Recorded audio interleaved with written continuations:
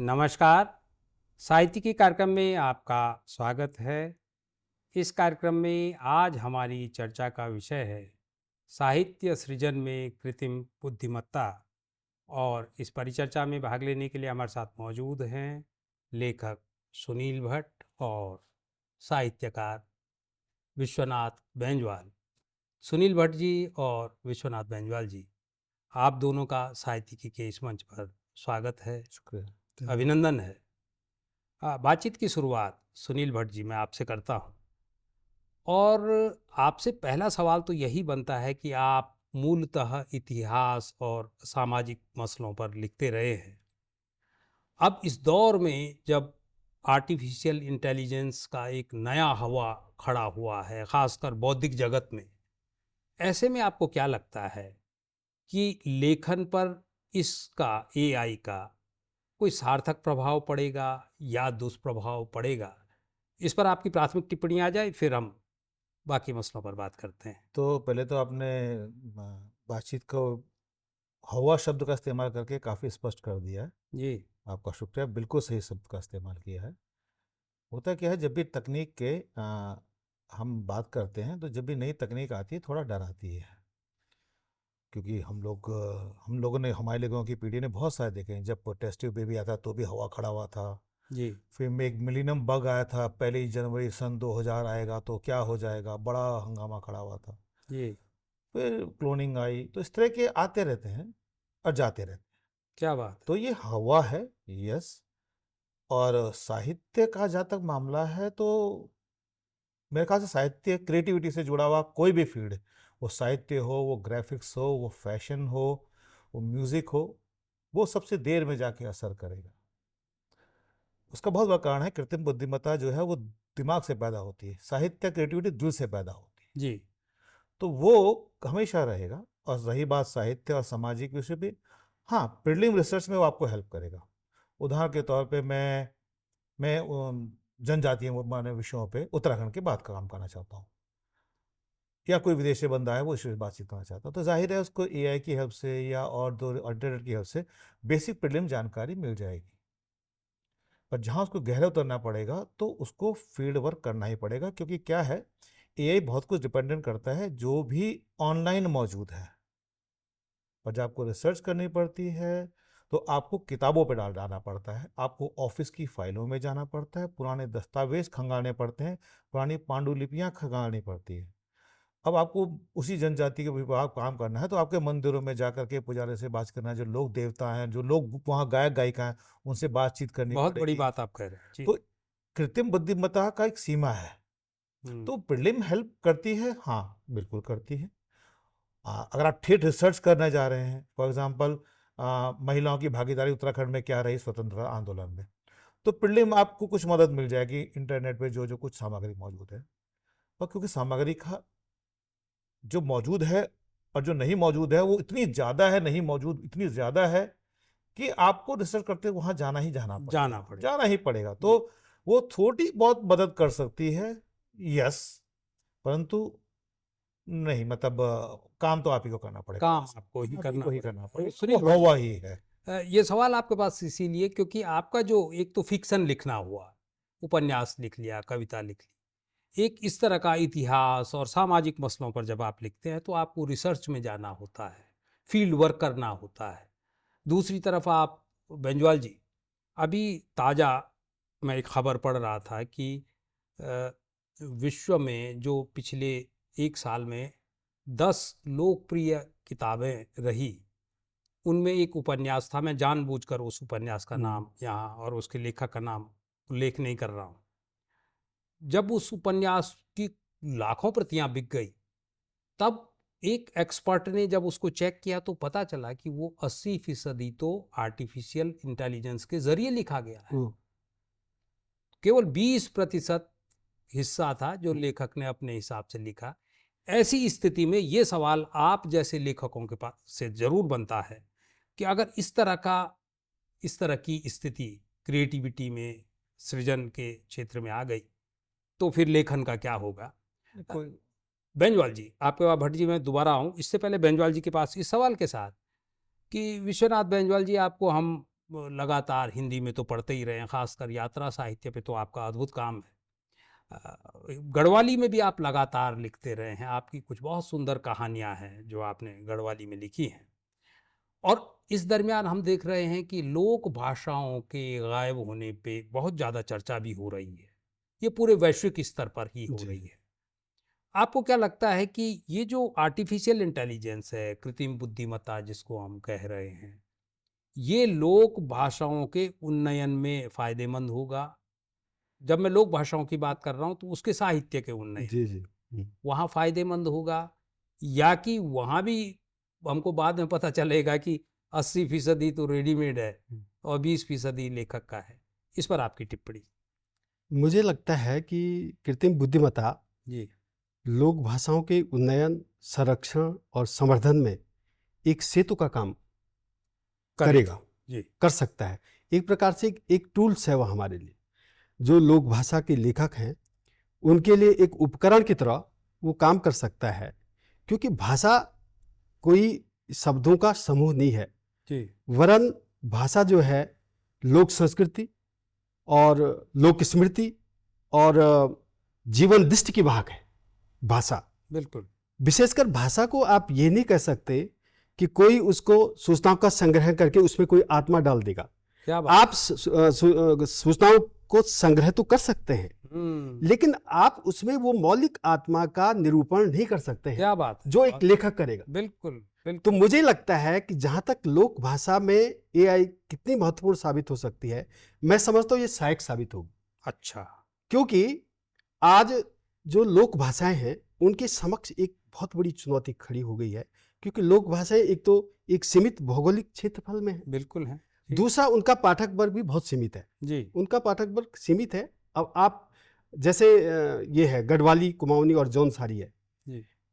तीसरा ये है कि एआई जो है, मुझे लगता है कि इसमें सूचनाएं भी संग्रह कहां से करेगा जब इसमें साहित्य ही इतने पर्याप्त मात्रा में नहीं है। नहीं है। हाँ। गढ़वाली में, कुमाऊनी में और जौनसारी में साहित्य की प्रचुरता काफी कम है। जी। और आज एआई कर क्या रहा है?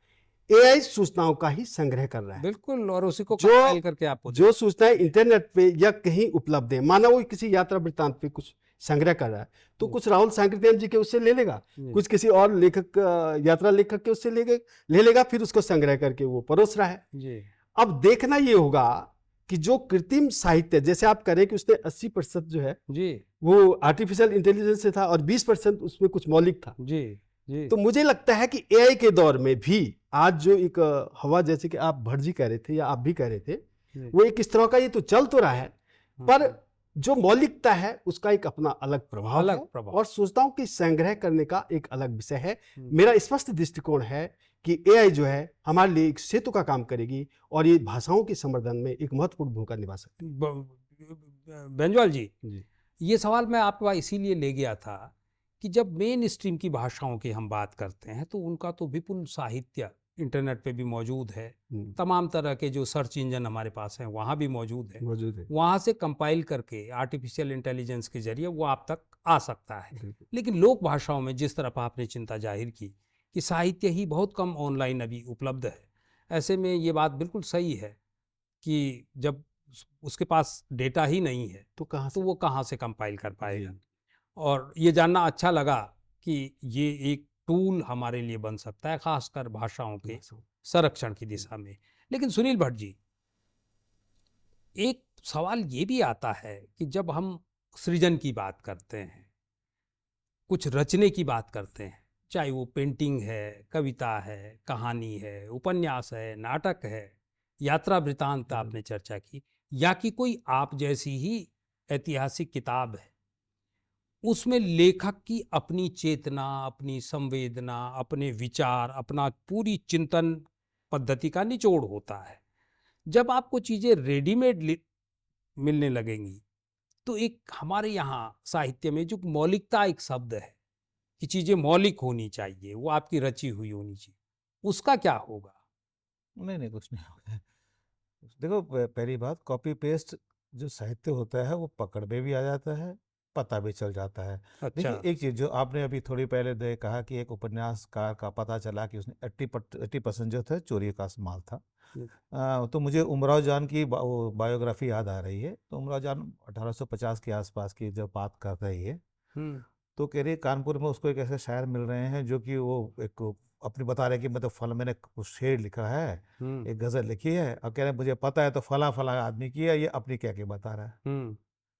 तो साहब ये चोरी करने की वो कुछ आदत तो कुछ साहित्यकारों में तब भी थी, आज भी है। टूल्स बदल गए हैं। क्या बात है, हम लोग क्या फेसबुक पे बात। कविता लिखते हैं, सबसे पहले नीचे लिख देते हैं भाई ये मेरी मौलिक, ये सुरक्षित मेरा है। कॉपीराइट है, सुरक्षित है। क्योंकि हमें पता है कि कोई भाई इसको इस्तेमाल कर, रिफ्लेक्ट। राजस्थान का एक भाई की किताब गढ़वाल में वो चोरी हो रही थी, रात को कुछ वहाँ वाले की वो उड़ीसा में हो रही थी। तो देखो इस किस्म के थोड़ी बहुत चोरी चकारी करने वाले साहित्यकार तो रहेंगे, टूल्स बदल गए हैं, अपग्रेड हो गए हैं समय के अपग्रेड हो साथ। गए।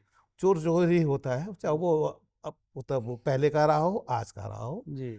उससे लेके बहुत चिंता करने की जरूरत नहीं है, क्योंकि उस दौर के साहित्यकार भी टिके हुए हैं। आज भी हम गालिब को पढ़ रहे हैं, आज भी हम मीर तकी मीर को पढ़ रहे हैं। बिल्कुल है? तो बिल्कुल। लिखने वाले जो है जिसका दम, वो आज भी उनकी तूती बोलती थी, कल भी तूती बोलती थी, आज भी तूती बोलती है। जी। अब जहां आपने बोली मौलिकता की बात, तो देखिए मैं आपको एग्जांपल देता हूँ। पंच परमेश्वर की जो कहानी है मुंशी प्रेमचंद की, ठीक है। वो आइडिया ऑफ जस्टिस पे है।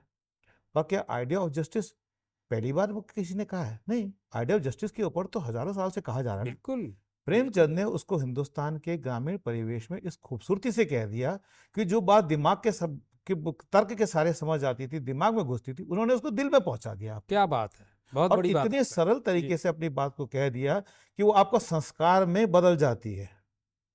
शायर के गीतों को लीजिए आप, जी। वो आपके बिल्कुल ज़हन में बस जाते हैं इक्वलिटी ऑफ ह्यूमन बींग्स के ऊपर। रंग और नस्ल, जात और मजहब जो भी हो आदमी से कमतर है। हाँ, नस्ल इस जात और रंग और नस्ल, जात और मजहब जो भी हो आदमी से कमतर हैं, इस हकीकत को तुम भी मेरी तरह जान पाओ तो कोई बात बने। हम्म। अब यूनाइटेड नेशन का जो चार्टर है ह्यूमन राइट का, यही तो कहता है all human beings are born equal. हम्म।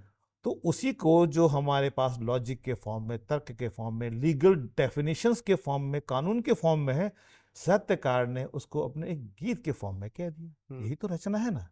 और वो गहरे उतर गया, वो दिल पे उतरती है। दिल पे उतर गया। जो बात आपके जो संविधान ने दिमाग में उतारने के लिए कही, साहित्यकारों ने उसको दिल में उतारने के संस्कार में बदल के रख दिया। जी यही साहित्य है, जी।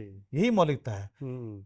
कृत्रिम बुद्धिमत्ता कृत्रिम है, तो इसलिए उसको उस ढंग से कह पाएगी, अंदाजे बयान।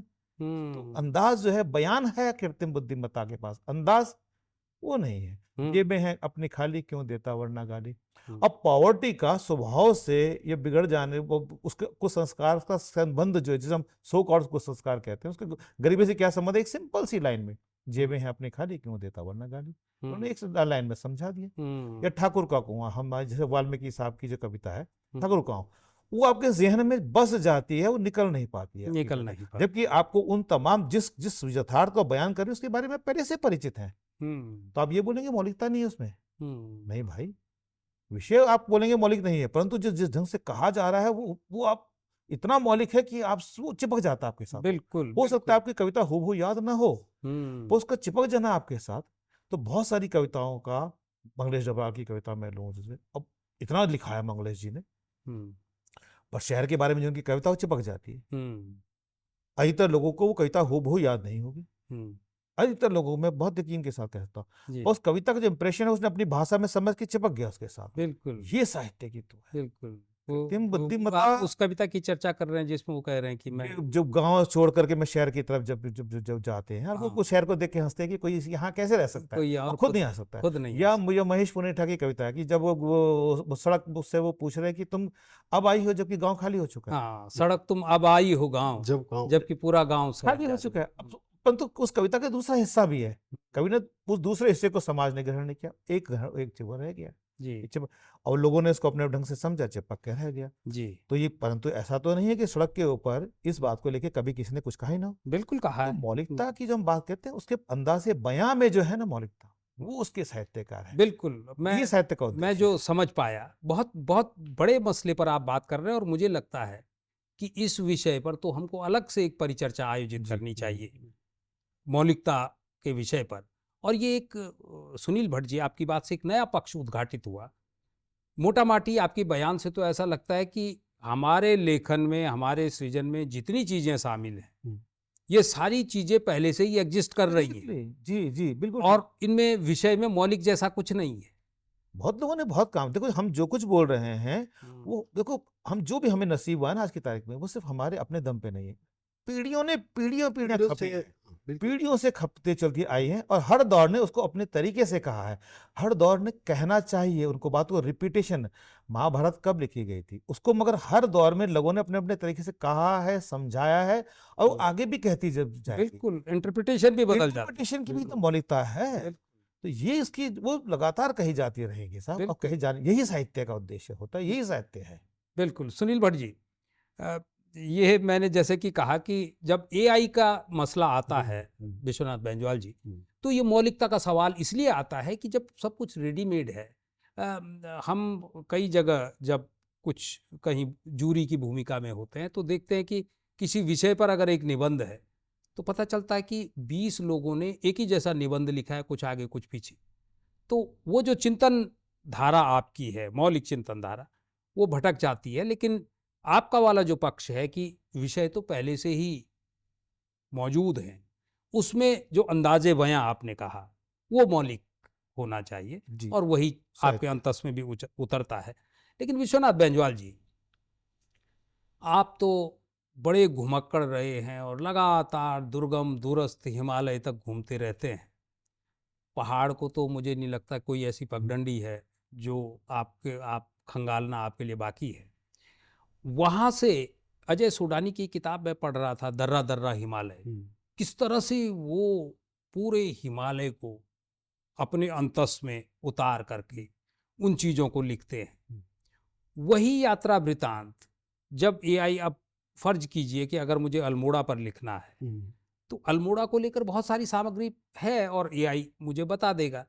तो क्या एक ट्रेवलॉग में अपने ड्राइंग रूम में बैठ के लिए मुझे क्यों घुमक्कड़ी करनी? और जो आप कहते हैं कि यायावरी ही जीवन का उद्देश्य है, फिर उसका क्या होगा? क्या ये खतरा तो नहीं लगता आप जैसे लेखकों को जो चीज़ों को खंगालते रहे हैं? दरअसल जो यात्रा वृतांत की आप बात कर रहे हैं, यात्रा वृतांत जब कोई पाठक पढ़ता है तो जी। उसमें लेखक की गहन अनुभूतियां भी शामिल होती हैं। अच्छा। मसलन जैसे लेखक वहां जा रहा है, उस जगह का रहस्य, रोमांच, उसका आश्चर्य, और एक सबसे बड़ी बात, वो उसके पांव के छाले। अगर कोई ट्रैकिंग करके जा रहा है, पथारोहण करके जा रहा है, क्या बात! वो वहां पहुंच रहा है और वो जीरो ग्राउंड पे जब जा रहा है, वो जब चीजों को लिखता है तो उसकी एक अलग अनुभूति, जो बिल्कुल। पाठक है, वो लेखक ने जो लिखा है उसकी एक अलग अनुभूति होती है। बिल्कुल ठीक है। इसके विपरीत अगर एआई द्वारा कोई चीज परोसी गई है तो उसमें वो आत्मा, वो चीज नहीं दिखाई देती। नहीं दिखाई जी। वो जैसे कि भरजी भी मौलिकता की अभी बात चल रही है, जी। तो भले ही सब कुछ लिखा हुआ है, सब कुछ पुराने साहित्यकारों ने जिन विषयों पे लिखा है, लेकिन उसमें एक इनोवेटिव, हाँ, एक नयापन, हाँ। अपग्रेडेशन। आप अपग्रेडेशन Yes. कैसे लाएं, हाँ। मैं समझता हूं कि वो एआई नहीं कर सकता है। एआई इतना जरूर कर सकता है, मसलन आप ओली शीतकालीन क्रीड़ा केंद्र का एक सबसे बड़ा महत्वपूर्ण एक स्कीइंग प्रेमी का एक तीर्थ के रूप में आज विकसित हो चुका है। जी, ओली ओली, चमोली गढ़वाल जी। के अंदर चमोली जी, में जी, एआई ये कह सकता है कि ओली समुद्र सतह से कितनी हाइट पे है। ठीक वो है। ये भी कह सकता है कि वह मौसम आजकल किस तरह का है, अगर वो, या वहाँ कौन सा सुटेबल टाइम, कौन सा समय उपयुक्त रहेगा।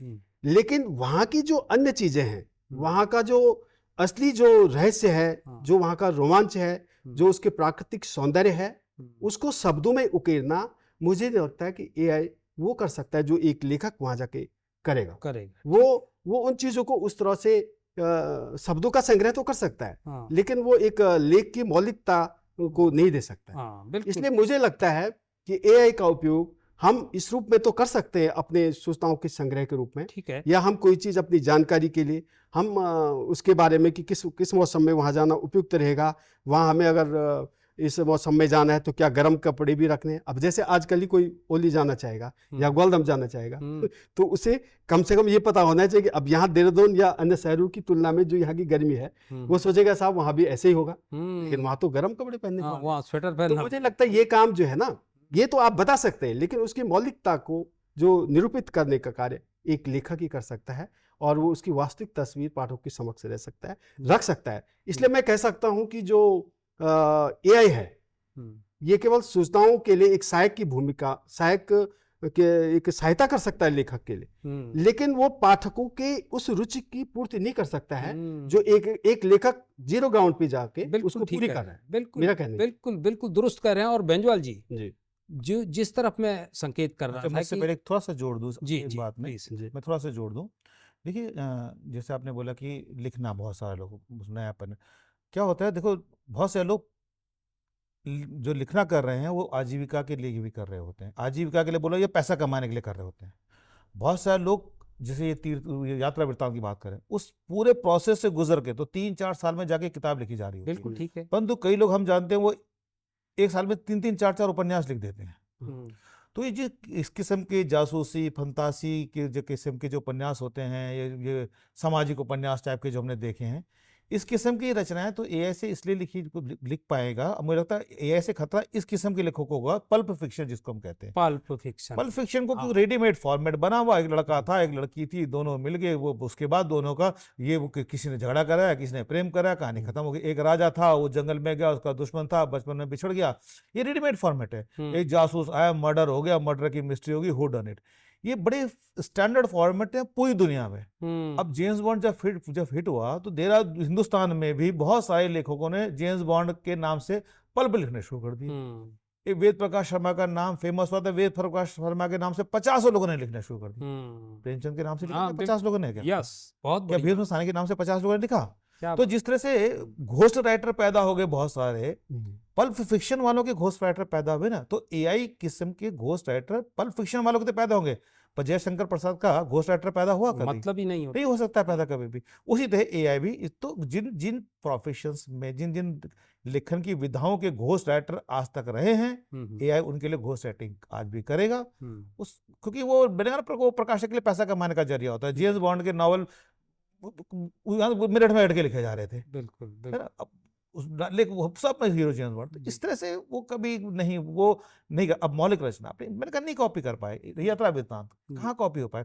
आपको इतिहास पे एक झांसी की रानी के ऊपर कविता लिखनी है, झांसी की रानी बात सबको पता है ना, पर सुभद्रा कुमारी चौहान ने जिस ढंग से लिख डाला उसकी कोई मिसाल नहीं है ना जी। तो फिर झांसी की रानी पे कई किताबें हमें मिल जाती हैं। लेकिन विश्वनाथ बेंजवाल जी, जिस तरह सुनील भट्ट संकेत कर रहे हैं, क्या लगता है आपको कि अगर ये दौर जैसे उम्मीद की जा रही, कभी कभी तो बड़ी डरावनी सी कुछ सूचनाएं भी मिलती हैं कि आने वाले टाइम पे तो आपको कुछ सोचना ही नहीं है, आपके हिस्से का जो चिंतन है वो मशीन कर रही है, उसको पता है कि कब आपको पानी पीना है, कब आपको खाना खाना है। ऐसी स्थिति में आपको एक डर सा नहीं लगता कि आने वाले टाइम में एक अजीब तरह का पाठक पैदा हो जाएगा, और जब पाठक ही अजीब टाइप का होगा तो उसके लिए साहित्य भी उसी तरह का लिखा जाएगा? क्या है ये फायदेमंद है या नुकसानदायक है, कुछ भयभीत करने वाला है, या ये जैसे भट्ट जी कह रहे हैं कि हर युग में कुछ ना कुछ होता रहता है, ये भी एक घटना है, आकर निकल जाएगी? ये भी एक घटना है और ये घटना आके निकल जाएगी। बिल्कुल सही कह रहे हैं आप। जैसे जब छापाखाना मशीन नहीं थी तो लोग सोचते थे कि छापाखाना आ गई तो अब लेखक, जो मौलिक लेखक, वो खतरे में पड़ जाएंगे। क्या बात है, ये भी दौर था। जब आपकी वेब मशीनें नहीं थी तो ऐसा लगता था, जब कंप्यूटर आया तो लोगों ने कहा आदमी का काम ही खत्म हो जाएगा, है ना। फिर उसके बाद इंटरनेट आया, इंटरनेट के बाद भी लोगों ने कहा कि भाई अब पता नहीं क्या होता है।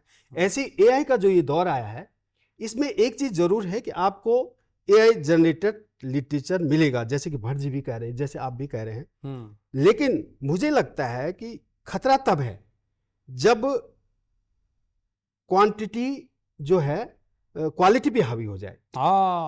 ये क्वांटिटी अगर क्वालिटी पे हावी हो जाएगी, आपकी गुणवत्ता साहित्य की, और आप जैसे आप कह रहे कि जो प्रोफेशनल लेखक है जो अपने आजीविका के लिए कर रहे हैं, एक साल में 4-4, 5 उपन्यास निकाल रहे हैं, तो वो मुझे लगता है कि वो किन परिस्थितियों में कैसे निकाल रहे होंगे, क्योंकि जो भी कालजयी रचनाएं कोई रचना है तो उसमें काफी समय भी लगता है। बिल्कुल ऐसा नहीं कि वो सब कुछ परोस के इधर उधर से लिपापोती करके सालों साल लग जाते हैं। तो ये खतरा जरूर है कि अगर इस तरह का, अच्छा पाठक भी क्या है नौटियाल जी, पाठक भी ऐसा नहीं है। हम जब पहले पत्रकारिता का दौर को जब देखते हैं तो उस दौर में ये था कि कोई रिपोर्टिंग होती थी, अखबार में आ रहा है, न्यूज चैनलों में आ रहा है। जब सोशल मीडिया आया तो हर व्यक्ति एक पत्रकार बन गया। वो जीरो ग्राउंड से कहता है मैं यहाँ पे हूँ, वो वहां से अपना पूरा रील बना के वहां भेज रहा है। भेज रहे। लेकिन अब पाठक का जो निस्थिर विवेक है वो तय करेगा कि अखबार में जो सूचना छपी है वो उसकी प्रामाणिकता है, या जो आप सोशल मीडिया में कह रहे हैं कि वहां पे ये घटना इस तरह से हुई है। तो मुझे लगता है ये अंतर पाठकों के निस्थिर विवेक पे छोड़ना पड़ेगा, और वो भी वास्तव में तय कर पाएंगे कि जो गुणवत्तापूर्ण लेखन है साहित्य में उसी को वो प्रिफर करेंगे। ये पहले से होता आया है, क्या बात। ऐसा दौर तो कई तरह के ऐसे दौर आते रहे हैं, लेकिन साहित्य का जो मौलिक सृजन है, मौलिक लेखकों का अपना एक महत्व है, और वो महत्व मुझे लगता है हमेशा बना रहेगा। और मैं ये कह सकता हूं कि ये जो आर्टिफिशियल इंटेलिजेंस है, ये कृत्रिम बुद्धिमत्ता, ये लेखकों को एक औजार की तरह वो उपयोग में ला सकते हैं। हाँ, और वो अपने लेखन को कई बार जो है कि वो सूचनाएं संग्रह करके उसको मौलिक अपना लेख लिख सकते हैं। अगर वो कोई चीज लिखते हैं उसके एक डाटा के रूप में उसको उपयोग में ला सकते हैं। लेकिन साहित्य पे मुझे नहीं लगता कि इस मौलिक साहित्य पे इसके कोई खतरा होगा। ये सवाल मैं आपके पास इसलिए ले गया था कि लोक भाषा में ये खतरे ज़्यादा हैं क्योंकि उपलब्ध कम है, और जितना है अगर वो भी कॉपी हो गया तो नया सृजन जाहिर सी बात है वो बाधित होने की संभावनाएं बढ़ जाती हैं। और दूसरा, यात्रा साहित्य में इसलिए बहुत आसान है कि किसी जगह का इनपुट आप ले लें। लेकिन बेंजवाल जी, जो आप कह रहे हैं कि उसमें लेखन में जो आत्मा, एक बहुत महत्वपूर्ण पंक्ति थी वो आपकी, कि लेखन केवल सूचनाओं का संग्रह नहीं है, उसमें जब तक आत्मा आपने नहीं डाली तो वो निर्जीव है, है। बिल्कुल। और ये काम एआई नहीं कर सकता, नहीं कर पाएगा। लेकिन सुनील भट्ट जी, एक चलते चलते एक सवाल आपसे बनता है कि जैसे विश्वनाथ बेंजवाल कह रहे हैं कि भाई ये जो आर्टिफिशियल इंटेलिजेंस है, कृत्रिम बुद्धिमत्ता, ये आपको डेटा संग्रहित करने का एक बहुत अच्छा जरिया है और किसी भी लेखक के लिए ये लाभदायक हो सकता है। ठीक है, आत्मा तो उसमें बाद में जब आप लेखन के प्रोसेस में आएंगे, अपने टेबल पर बैठेंगे, पेन चलाएंगे, तो तब वो प्रक्रिया शुरू होगी। लेकिन आप तो तमाम देश भर की लाइब्रेरीज को, पुस्तकालयों को खंगालते रहे। अगर सारा इनपुट आपको एआई के जरिए मिल जा रहा है, तब पुस्तकालयों की भूमिका क्या रह जाएगी? देखिए, एआई में ना एक कॉन्सेप्ट है, एआई हेलुसिनेशन। एआई में भी कई बार क्या होता है, वो भी कंफ्यूज कर जाता है और वो सूचनाओं को डगमग करके आपको सोर्सेज को गलत बताता है। इसलिए अगर आप किसी भी अच्छे, इवन एआई से भी अगर पूछेंगे ना कि क्या मैं आप पे भरोसा करूं रिसर्च करने के लिए, वो कहते ना मैं पे भरोसा मत करना, वो खुद ही आपको बता देगा और कारण भी बताएगा। होता क्या है, ऑथेंटिसिटी। जब हम रिसर्च पे काम करें तो ऑथेंटिसिटी, जैसे विकिपीडिया विश्वसनीय नहीं होता है, उसी तरह से एआई भी विश्वसनीय नहीं होता है, क्योंकि उसके जिन सोर्सेज से वो इन्फॉर्मेशन ले रहा है वो सोर्सेज विश्वसनीय नहीं है। अल्टीमेटली विश्वसनीयता यही तो है ना। इसीलिए जब आप पुस्तकालयों की जब बात करते हैं तो देखिए, पुस्तकालय में बहुत सारी आपको जो सूचना है वो नॉन डिजिटल फॉर्म में। बिल्कुल, पहले हमें समझना पड़ेगा, एआई सिर्फ और सिर्फ जो सूचनाएं, जो किताबें जो डिजिटल फॉर्म में अवेलेबल है और उसको अलाउ की गई हैं, असली बात ये है, अलाउ की गई, मैं उस पर भी आऊंगा अभी, अलाउ की गई है। मान लो मेरा अखबार टाइम्स ऑफ इंडिया, मैं कहता ना जी ना, मैं तो आपको टाइम्स ऑफ इंडिया की जितने में पुराने संकलन है मैं आपको अलाउ नहीं करता हूं एआई को एक्सेस करना। तो एआई तो तमाम उन सूचनाओं से महरूम हो जाएगा। बिल्कुल, तो एआई का ज्ञान कैसे रहेगा? तो जब आप अपने, या मुझे गढ़वाल में हो या कुमाऊं में काम करना है, उसके पास इन अखबारों की, सिक्ती की, उसके बाद यहाँ की स्वाधीन प्रजा की, गढ़वाल की एक्सेस ही नहीं है, वो मुझे क्या जानकारी देगा? परंतु ये सारी जानकारी मुझे अखबारों में मिलती। और ये मत भूलिए, क्या अच्छी किताब हो या अच्छा शोध प्रबंध हो, वो 3, 4, 5 साल लेता ही लेता है। बिल्कुल, क्यों लेता है? आप उसकी सामग्री को भी टटोलना, ढूंढना और उसकी ऑथेंटिसिटी चेक करना। तो इसलिए क्या होता है कि आपके पास जो पुस्तक के रूप में जो किताब होता है लाइब्रेरी में मौजूद है, बड़ी संख्या। लाइब्रेरी में सिर्फ आज की तरह जो लिखी जा रही है सिर्फ वो किताबें मौजूद नहीं है, पांडुलिपियां मौजूद है, पुरानी अखबार मौजूद है, आपको कोर्ट के दस्तावेज मौजूद है। अगर मुझे देहरादून की असले हॉल की कहानी लिखनी है तो मुझे जानना पड़ेगा कि वो किन किन हाथों से प्रॉपर्टी ट्रांसफर हुई है, तो मुझे राजस्व विभाग के दस्तावेज भी छांटने होंगे। और लोग छांटते हैं, बिल्कुल छांटते हैं, पुलिस के दस्तावेज छांटते हैं। सावरकर ने जब 1857 को स्वतंत्रता संग्राम का तो कैसे कहा, उसने सरकारी दस्तावेज छांटे थे उन्होंने, तो पुलिस रिकॉर्ड छांट रहे थे। तो जब आप रिकॉर्ड्स को, सरकारी रिकॉर्ड्स को छांट रहे हैं तभी ना आप लिख पा रहे हैं। बिल्कुल बिल्कुल, इनकी अगर एक्सेस ऑनलाइन होगी तभी ना वो कर पा रहा होगा। और एक और चीज है, मैंने कहा ना टाइम्स ऑफ इंडिया मना कर दे। आज के दौर में एक चीज़ और हो रही है, कुछ मुकदमे चलने शुरू हो गए हैं जिसमें एक बहुत सारे प्रकाशक समूहों ने, लेखकों ने कहना शुरू कर दिया है कि आप अपने एआई को हमारे किताबों के बेसिस के आधार पे ट्रेंड क्यों कर रहे हैं बिना परमिशन के। वो तो कॉमर्शियल प्रॉपर्टी है, हम उस पर पैसा लगाते हैं, हम उसमें लेखक को देते हैं, डिस्ट्रीब्यूटर देते हैं, आपने फ्री में ले ली। जस्ट बिकॉज कि वो इंटरनेट पे अवेलेबल है इसका मतलब नहीं ये फ्री में है। वो लेखक का उस पर जो इंटेलेक्चुअल Copyright। प्रॉपर्टी है, इंटेलेक्चुअल प्रॉपर्टी है, उससे आप कैसे महरूम कर सकते हैं। जी। तो सुनील भट्ट जी, मोटा माटी जो आपके इस बयान से, क्योंकि हम जब कार्यक्रम के अंतिम पड़ाव में हैं तब आप ये महत्वपूर्ण मसला लेकर आए, और ये बहुत महत्वपूर्ण मसला है कि एआई को आपने कितना अलाउ किया है, और अगर कुछ ने अलाउ नहीं किया है तो उसका ज्ञान तो फिर अधूरा ही माना जाएगा, बिल्कुल। और उससे हम जो भी फिर इनपुट ले रहे हैं तो ये माना जाए कि वो पूरी तरह ठीक नहीं है, या उसमें सत्यता का पूरा अंश नहीं है जितना कि होना चाहिए। ये बहुत महत्वपूर्ण मसला आपने उठाया साहित्यिकी के इस मंच पर खासकर, और इस दौर में जब ये शुरू में जो हमने कहा था हवा, तो लग रहा है कि हर जगह चर्चा हो रही कि भाई एआई एआई, और एक नई दुनिया हमारे सामने खुलने हाँ, वाली मैं है। इसमें एक छोटी सी चीज ऐड कर देना चाहता हूँ। जी जी भट्ट जी, हम जी लेखकों को उससे दूरी नहीं बनानी चाहिए, क्योंकि जी देखो वो चिंतन मन में, डिस्कशन में, वो आपको डिबेट में भी हेल्प करता है, तो हमारा जो लर्निंग प्रोसेस है उसमें हमें हेल्प करता है। जी भट्ट जी, मुझे नहीं लगता कि कोई भयभीत है, हाँ लेकिन अंतस में ये अंतस चिंता में बराबर है। चिंता बहरहाल कृत्रिम बुद्धिमत्ता का ये विषय इतना महत्वपूर्ण है कि अगर इस पर हम बातचीत करना शुरू करें जी जी तो पॉइंट वाइज तो घंटों की बातचीत हो जाएगी, लेकिन बड़े बहुत कम समय में सुनील भट्ट जी और विश्वनाथ बेंजवाल जी, आपने इतने महत्वपूर्ण मसले पर हमारी जिज्ञासा को शांत किया, इसके लिए आपका आभार। बहुत बहुत धन्यवाद। ये थी हमारी आज की साहित्यिकी। अगली बार किसी नए विषय के साथ कुछ नए मेहमानों को लेकर आपके बीच आएंगे। तब तक के लिए इजाज़त दीजिए। नमस्कार।